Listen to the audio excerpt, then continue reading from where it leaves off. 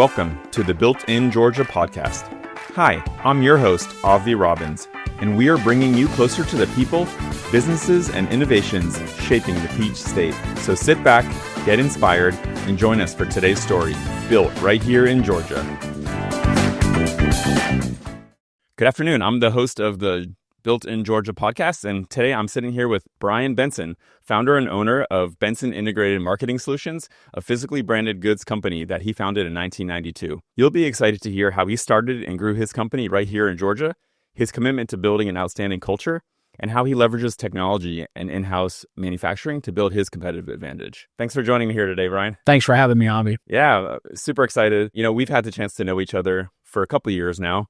And as we get this podcast going, that's highlighting people that are manufacturing here in Georgia, you know, you were one of the first people I thought to have on the show. Well, thank you. I've enjoyed getting to know you as well, and I'm excited to do this podcast and share what we do here in Alpharetta, Georgia, with other folks that are here in Georgia building great things. That's right. There's so many businesses that you don't even think exist until you highlight some of them in things like this. So I'm really happy to do it. Yeah, I mean, so I know what you do here at Benson, but why don't you give the audience a little taste of the company? What is it that you do here? When did you start? You know, maybe give us a little bit about Benson Integrated Marketing Solutions. Yeah, of course.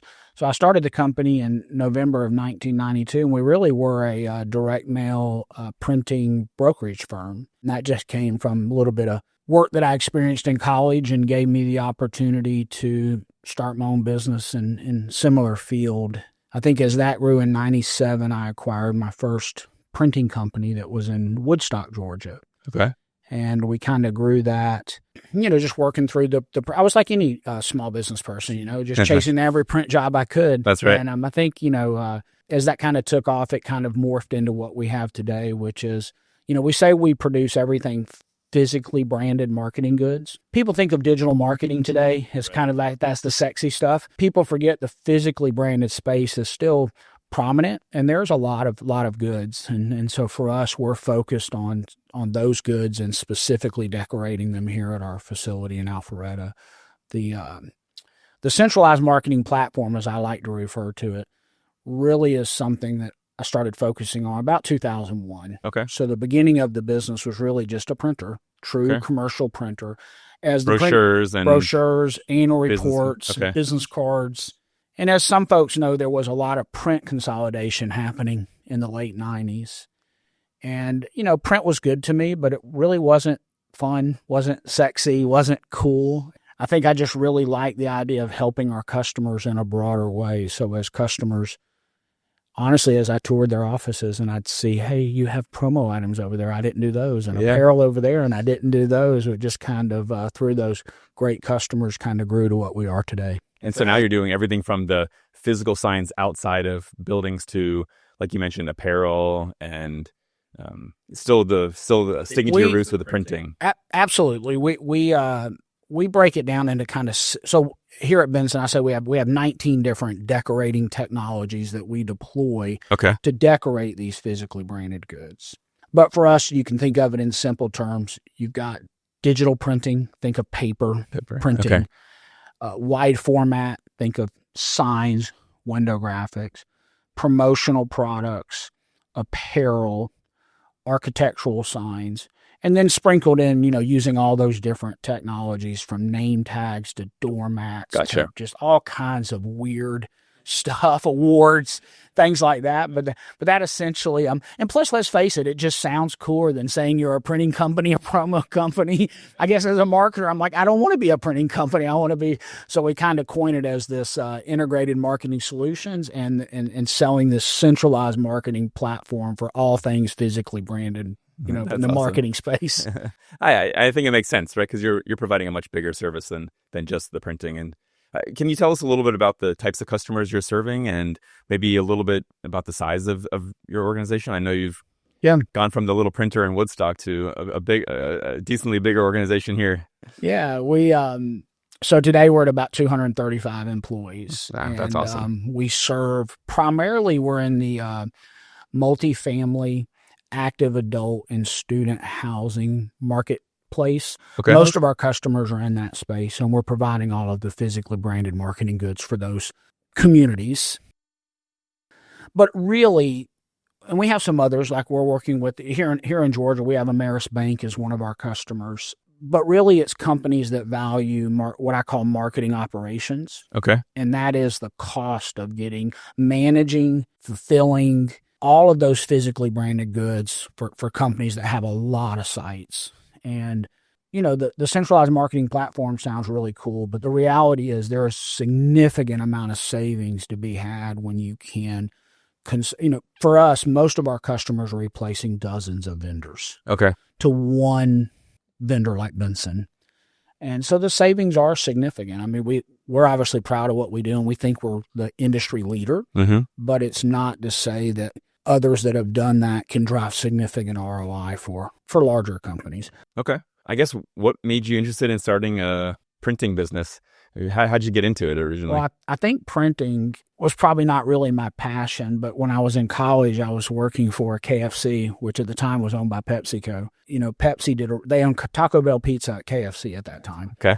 And they really probably, unknowingly, I probably didn't recognize this as well as I do today, but really they were focused on efficiencies, obviously in the restaurant space. Right. And a company like Pepsi brought a lot of efficiencies to those three organizations. And in small part, I got to see some of that. And I found it fascinating and interesting. And I think it motivated me a little bit. But at that time, I actually went to work for one of KFC's printing suppliers. Okay. And that's how I started selling, basically as a broker.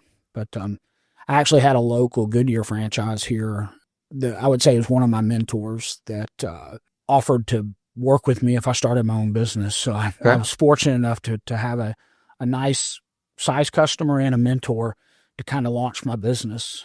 As you say, all your eggs are in one basket, so to speak, when I started the company. Yeah. Sure, but it certainly helps to have someone that you can rely on, or that's almost a partner as you're getting started. Absolutely. Yeah. Someone believe in you. Yeah, absolutely. And then why Georgia? I know maybe for you, it's where you were born. So absolutely, for me, I was born and raised here, and I have deep roots in Atlanta, and I come from a very entrepreneurial family as well. Okay. One of my family members built the Medical Arts building, which is still standing downtown. It's vacant. Kind of got shuttered during the interstate development around Atlanta. Another one of my relatives performed the first C-section here in Atlanta. But so you just a very entrepreneurial here. family. And, I don't know if in high school and college, I don't know that I was like, wow, I'm going to follow in those footsteps, but it just kind of naturally happened. Yeah. That itch, it was deep in there, and it kind of came out, right? I see it with my youngest son today. He's talking about starting his own business. I'm like, slow down. I'm like, wait a minute. What? I shouldn't be telling him that.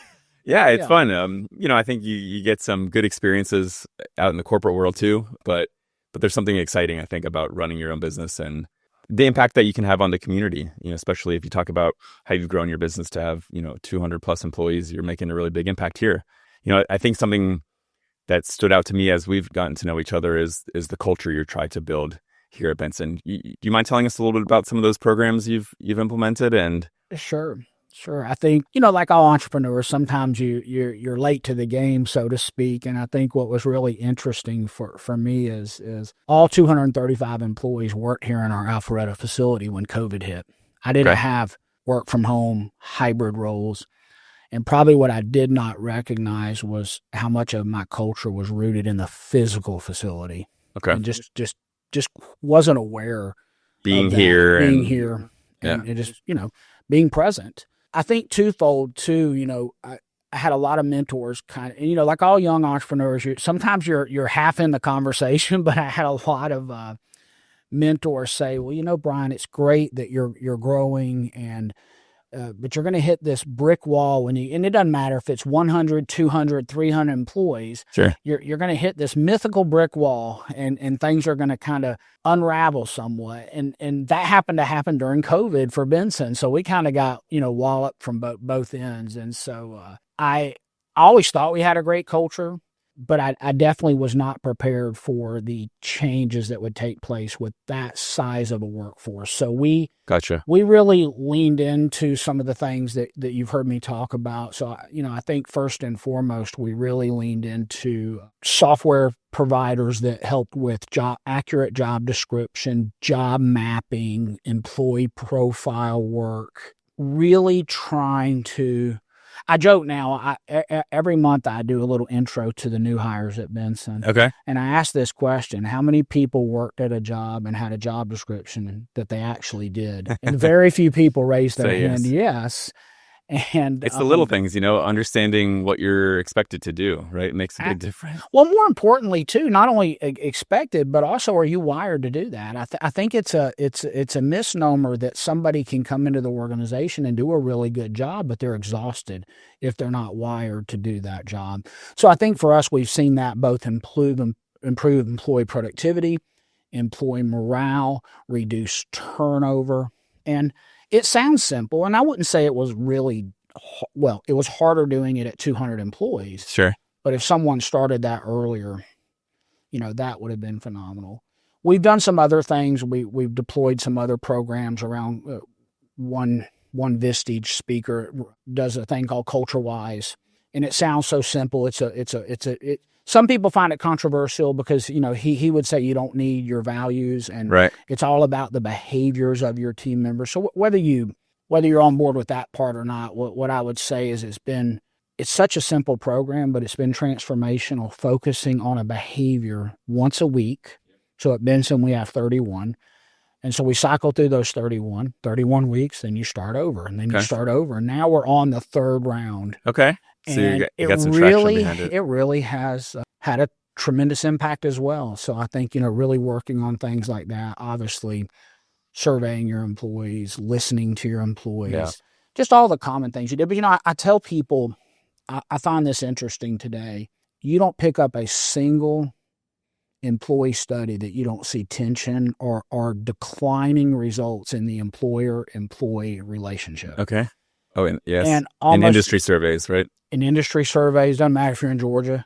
Sure. And I think it's really interesting that all the HR professionals are telling us to do the same things we've always done. And so I've just been really focused on trying to be disruptive and say, no, we're going to resist, not resist. We're obviously going to do the common sense things, right? Work-life balance, benefits, good employee reviews. But how can we lean into tools that can both make our employees' lives better and make them a better employee? Not just a better employee. Sure. Not just make the relationship between us better, but truly help those team members, whether they stay at Benson or not. And I think doing that it's been very impactful. Something I wish I could rewind and have started, back when I was at 70 employees. Yeah. Well, hey, that's a great tip for those that might be listening that are just getting started. So I appreciate that. I'm glad to pay it forward, and I'm happy to, connect with any of the audience and talk. I'm really passionate about it because I've seen the transformation in my company, and I wish that someone had really forced me to give it a more serious look earlier in my career. Yeah, I think it's something that's easy to overlook. And in my own personal experience, employee engagement and culture, it's the last thing on your to-do list, but unless you make it first, right, it really won't get done. And so it can make such a big difference like you're suggesting. Yeah, for sure. Yeah. Let's talk a little bit about your competitive advantage. I mean, I think one of the things you mentioned is your central marketing platform, right? And you said early in the conversation about everyone thinks about marketing as digital marketing these days, right? But one of the cool things about being here in your facility is you're manufacturing, right? You're producing all kinds of interesting things on 19 technology platforms that you mentioned. How does that help someone in your business outdo your competition or make you the best? Like you said, you want to be the industry leader. Tell me what you think about that. It comes over time because obviously you have to have the scale and the volume to justify the capital investments. Sure. But for us today, at the size we are today, I mean, we have two key metrics in our objectives. One is 99.9% error-free delivery. and then 98.5 on-time delivery. We call them service level expectations within Benson, because you've got 19 different technologies, 300 different products. Everything's not going to move at the exact, let's just say we're not going to get everything out in 24 hours. And so we measure that. And so obviously all these technologies are instrumental in being able to deliver on those two promises, top-notch manufacturing equipment from reputable suppliers. Like one of our largest suppliers is Hewlett-Packard. And obviously those technologies have incredible color control, incredible uptime, operator training, just all the things you would expect from a top-tier manufacturer that you have to have. I think without that, it would be very difficult for us to deliver. I mean, there's many other benefits, but those two company objectives, we could not deliver on that if we were not manufacturing the goods here.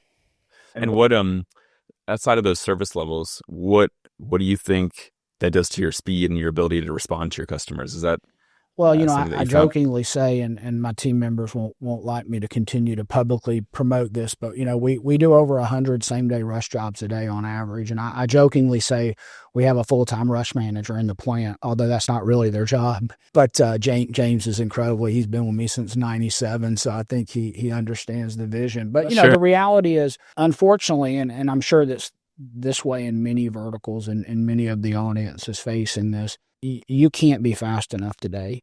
Yeah. Folks want things instantly. And the reality is same-day rushes for us are not going to decrease. Right. And we aren't going to manage our customers to a different expectation. So the more we can, for a company, we want to get to where everything we do is from the time it's ordered to the time we ship it, 48 hours or less. Not architectural signage. That would be the only exception there. Are we going to be able to do that with 100% of what we do? Absolutely not. But I say 80% to 100%. So it's supporting that. Can we get 80% of our work out error-free in 48 hours or less? And that's certainly something that wouldn't be possible if you weren't doing it yourself. I don't think you could manage that. I think you might find 20, 30 different suppliers that each individually could do that. But then how do you logistically get that together and get it to a customer in an organized fashion? Yeah, that makes sense. And is that does that support your long-term vision? Or is that what you consider your long-term vision as setting the industry standard, that kind of 48-hour turnaround, or is there more to it? Well, I think for me in the Benson vision is to crush our competitors by setting the industry standard. And that is in our vision. We're just like that. And that is rooted in everything that we do. So I think, one of the risks, it's great to talk about being a promo provider and apparel provider, print provider, but don't forget you have to be an expert and be really good at all. Otherwise, you diminish your brand, your opportunity. So when I say crush the competitor, I mean crush the competitor and set the industry standard in each of those respective businesses. Speed to market is obviously one of those. Okay. Quality is almost a given. Today you can almost not compete without quality, but earlier, before all the digital technologies, quality was highly subjective, and you were very dependent on the craftsmen and women in the back. Right. Still very dependent on them, but they have a lot more tools. But I think also getting everything in one box.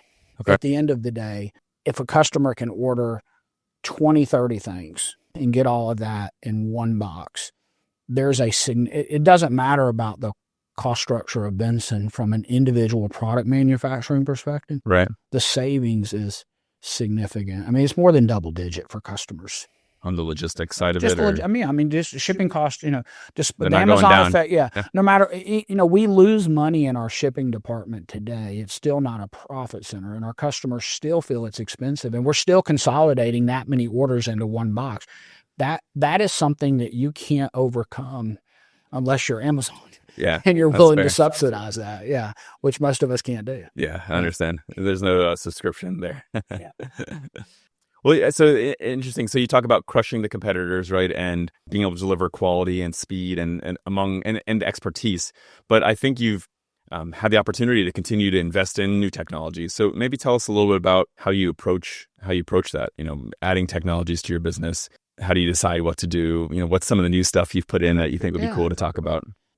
A lot of what we decide to invest in is really brought to us by our customers, to be quite candid. No, that's fair. They'll tell us about areas of their business that they're struggling. And today we're primarily focused on marketing decorating or branding work to physically branded goods, but we've had a lot of interest in the last few years, especially since COVID, to put many other things in the marketplace. So ironically, we went from marketing stores to now we call them marketplaces. And but I think we've been investing a lot in laser engraving technology.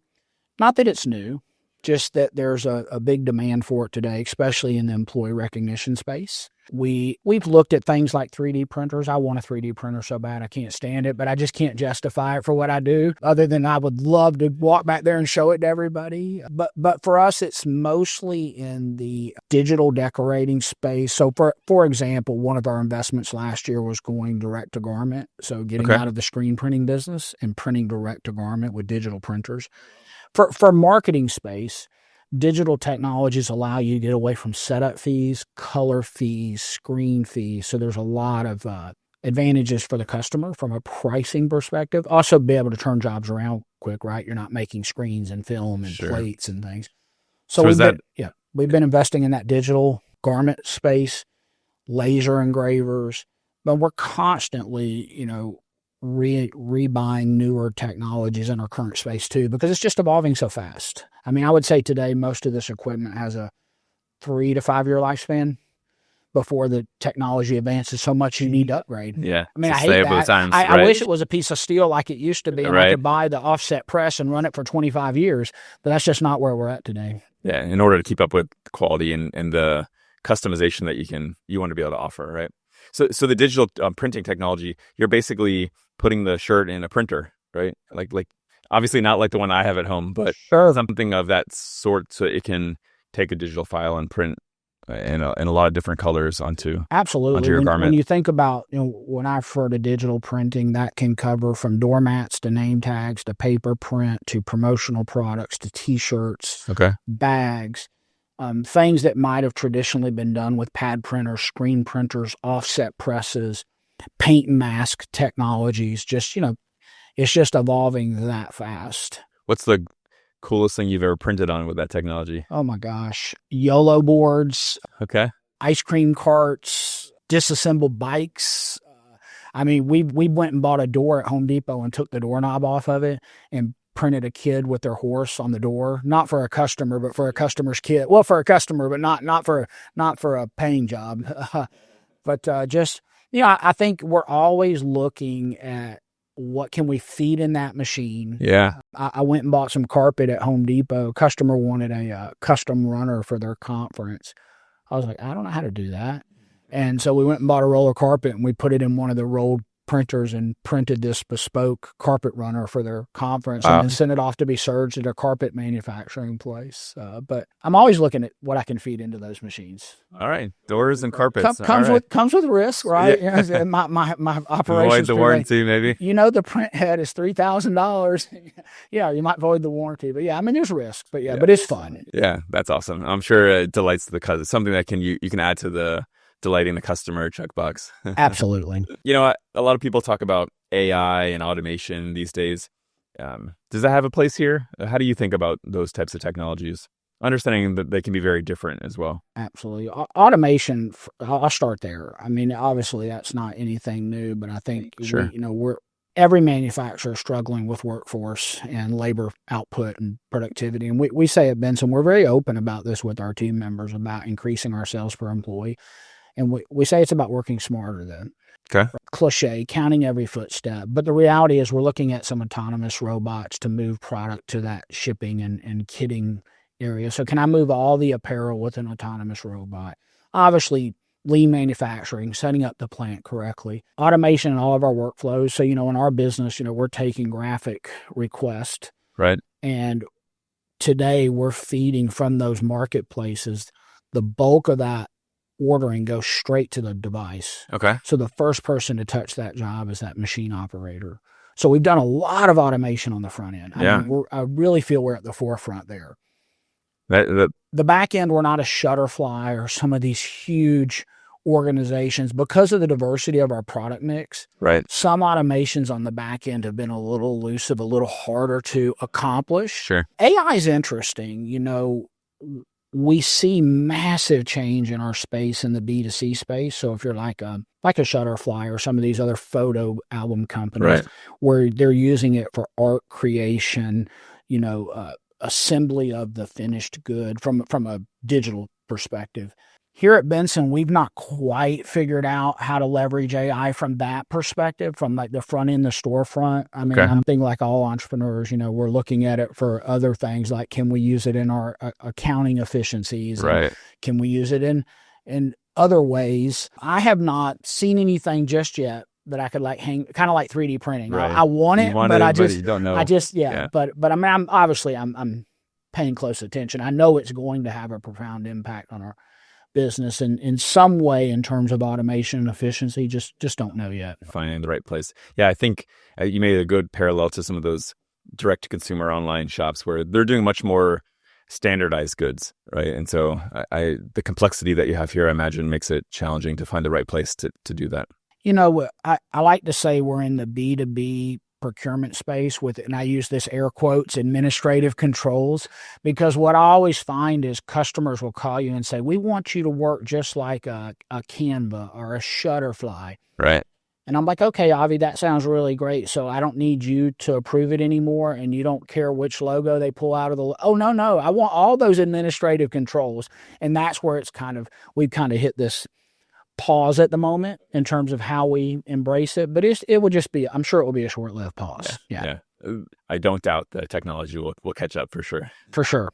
So as you think about implementing some of these technologies, and you mentioned lean manufacturing and those other tools that you've leveraged to improve your business, are these, I guess, being created from within? Do you leverage external resources? Are you connected into the local community that where you're getting ideas? Or tell me a little bit about how you leverage the community to help your business. Specifically related to this. So, I mean, as you know, we're both in Vistage, and obviously I can speak to a lot of things that's done to help me, especially as a CEO, in terms of all this stuff around culture and leadership development, but specific to AI and automation. For me, I'm on the board of DScoop, which is the largest association of digital printers and designers in the world. It's actually a worldwide organization, 22,000 members. Wow.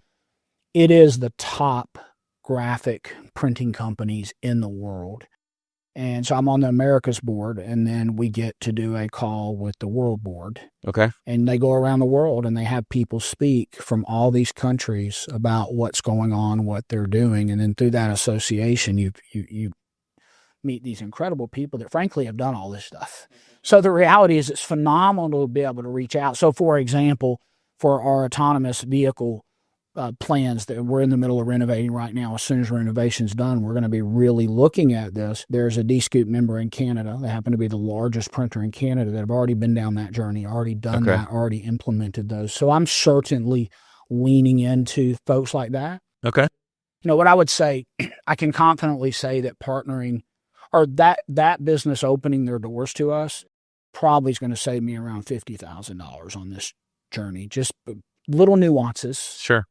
I mean, obviously, like all entrepreneurs, CEOs on the internet, I'm reading stuff, but nothing replaces being able to network with people that are doing like-minded things like you that have already done it. Absolutely. I mean, it's priceless. Yeah. So leaning into those industry associations is key. Yeah. Yeah, for some, I think I'm somewhat of a pessimist for some industry associations, but yeah, fair enough. The right ones, I think, absolutely are really important. Yeah. And maybe if at the minimum you make a connection to another industry peer that can share their experiences with you, that's definitely worthwhile. Absolutely. Yeah. Absolutely. So it sounds like some great things. What does the next chapter look like at Benson? I think as we've evolved and kind of what we've talked about today, right? Really getting this automation down, the speed to market, quality control, really refining what we call our centralized marketing platform. Okay.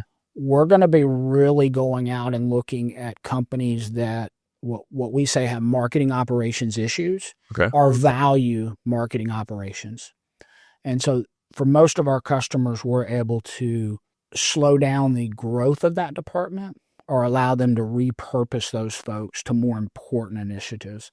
And we've been mostly focused on I call it multifamily, but it can run the gamut of single family homes to student, active adult, but really getting into maybe some other verticals, whether it's finance, franchise, hospitality, but just really looking at taking this platform that we built, so to speak, and then as a manufacturer, selfishly, right? I call it feeding the beast now, right? Like just. Yeah.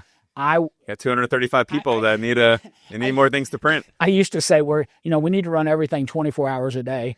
Post-COVID, I'm like, let's make sure everything's running at least 2 shifts a day. We have a little bit of our operation is still running 24 hours a day, but most of it we're down to two shifts. So, but just feeding as much as we can into that. I mean, obviously there's, selfish reasons for that. For sure. Yeah, you definitely get economies when you can keep it going. That makes a lot of sense. You talked about the coolest thing you've printed on.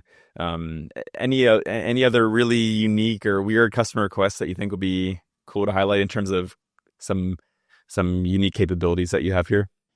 Our account managers, which are our customer-facing team members, we have a saying at Benson: if it's absolutely, positively never been done, call us. Okay. I like that. Yeah, we love challenges. I don't really know if they're, for the broader audience, if they would be neat, but like right now in our repertoire of things is we've got customers coming forward and wanting us to build, Survivor style game sets for their conferences. Just really, and it's really interesting, right? Because you get into it and you've got to think about Survivor's building it out on an island for a reality show. I've got to build it, disassemble it, ship it, reassemble it. Yeah. But we get into crazy stuff like that. It doesn't always necessarily look the coolest externally, but they're really challenging manufacturing opportunities. Right. To the point of how do you build it? How do you design it, manufacture it, assemble it, disassemble it, ship it, reassemble it, and dispose of it after a conference? So we do a lot in the conference space around stuff like that. That sounds lots of interesting. Customer comes and says, hey, I would like my values on a rotating wooden box that can sit on a desk. That sounds really simple, right? But then you got to figure out, where do you get the wooden box? How do you decorate it? How do you get it to turn on the desk? But I think, like I said earlier, some of the more obvious visual things are like those, ice cream carts or paddle boards or things like that. But it sounds like these other challenges, the Survivor set, the rotating box, you can get a group around a table and solve a problem, and it's a lot of fun. And I can imagine what the atmosphere must be like when you're having those design sessions. It's so much fun. And look, you fail, you make mistakes, but it's a lot of fun. Yeah. Oh, that's awesome. That's awesome. Well, I'll have to say then, what is your favorite Georgia-made product aside from something that you make yourself? Well, I'm a proud owner of a Daniel Defense AR-15, which is made outside of Savannah. Obviously, born and raised in Atlanta, I love Coke. Lockheed has obviously done some really cool things. I haven't toured the Kia plant, which I would love to see that. I think that would be fascinating, just, something of that scale. Those are probably just some things that come to mind. Resonate with you. Okay. Yeah. I definitely can relate to the Coca-Cola. I have my fair share of caffeine every day. Yeah. What about the best piece of business advice you've ever received? Well, it's probably not the best, but it's probably the most true. Okay. I remember young in my career, one of my uncle actually was introducing me to a very successful businessman here in Atlanta. And my uncle was so proud of me and was bragging about my business. And this gentleman said, how many times have you been sued? And I was like, what? Never. Why would I be sued? Like, that just sounds terrible. And I laugh now today, 30 plus years later. I'm like, man, he really knew what he was talking about. Obviously we're not doing anything unethical, but sure. Unfortunately, when you're I always tell this story. I made one of the top 10 printers in the Atlanta Business Chronicle.